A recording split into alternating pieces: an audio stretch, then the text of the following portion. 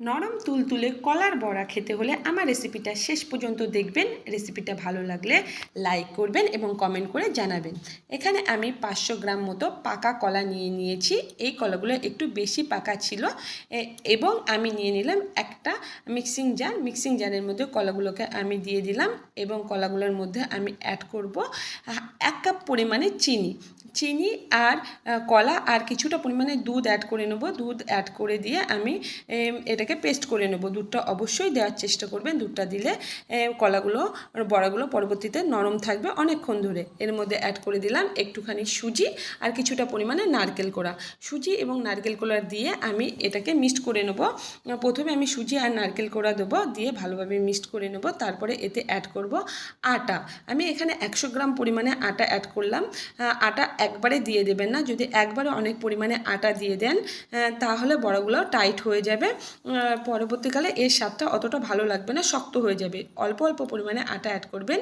যদি মনে করেন বেশি পাতলা হয়ে যাচ্ছে ব্যাটারটা, তখন আর কিছুটা পরিমাণে আটা অ্যাড করবেন। আপনারা চাইলে ময়দা দিয়েও এই রেসিপিটা করতে পারেন, কিন্তু আমি এখানে আটা দিয়ে করছি যাতে বড়াগুলো খেতে নরম হয়। এই জন্য আমি আটা দিয়েই করছি। আপনারা চাইলে ময়দা দিয়েও করতে পারেন, তাতে কোনো অসুবিধা নেই। তারপরে এটাকে ভালোভাবে মিক্সড করে নেবেন। মিক্সড করা হয়ে গেলে 10 মিনিটের জন্য অবশ্যই রেস্টে ছাড়বেন। 10 মিনিট পরে করারই এটা চেষ্টা করবেন। আর এর মধ্যে অ্যাড করবেন কিছুটা পরিমাণে লবণটা অবশ্যই দেবেন। লবণটা দিলে পরে এর মিষ্টি স্বাদটা পুরোপুরি বোঝা যাবে। যে কোনো মিষ্টি জিনিসে যদি আমরা কিছুটা লবণ অ্যাড করি তবে খুবই ভালো হয়। এই জন্য লবণটা অবশ্যই অ্যাড করবেন এবং লবণটা অ্যাড করে ভালোভাবে মিশিয়ে নেবেন। ভালোভাবে মিশিয়ে নিয়ে 10 মিনিট রেস্ট দেবেন। 10 মিনিট রেস্টের পরে এটাকে করার চেষ্টা করবেন।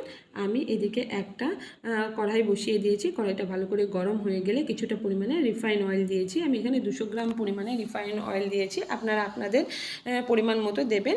রিফাইন অয়েল দিয়ে করারই চেষ্টা করবেন। তেলটা ভালো করে গরম হয়ে গেলে এর মধ্যে একে একে সব বড়াগুলো ছেড়ে দেবেন।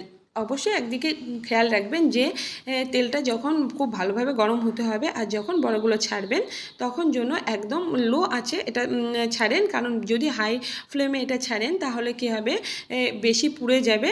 এতে বড়াগুলোর স্বাদ অতটা ভালো লাগবে না। এক পিঠ বেশি হয়ে যাবে, কোনোটা বেশি কোনোটা কম এরকম হয়ে যাবে। এই জন্য লো আছেই চেষ্টা করবেন বড়াগুলোকে ছাড়ার। আর যখন উল্টাবেন তখনও যেন এই আঁচটা লোই থাকে, তবে সব বড়াগুলোই সমানভাবে ভাজা হয়ে যাবে। এপিঠ ওপিঠ দুপিঠ ভালোভাবেই নাড়াচাড়া করে ভাজবেন। দেখবেন সবগুলো যেন সঠিকভাবে ভাজা হয়ে যায়। লাল লাল করে ভাজা হয়ে গেলে এগুলোকে উঠিয়ে নেবেন এবং একইভাবে বাকি বড়াগুলোকেও ছেড়ে দেবেন।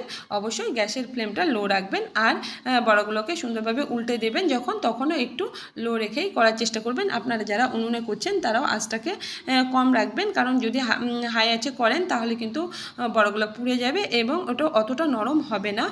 বাকি বড়াগুলো আমারও ভাজা হয়ে গেছে।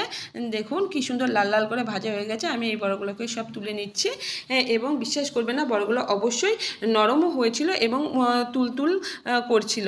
আপনাদের যদি রেসিপিটা ভালো লাগে আমার চ্যানেলটাকে সাবস্ক্রাইব করবেন।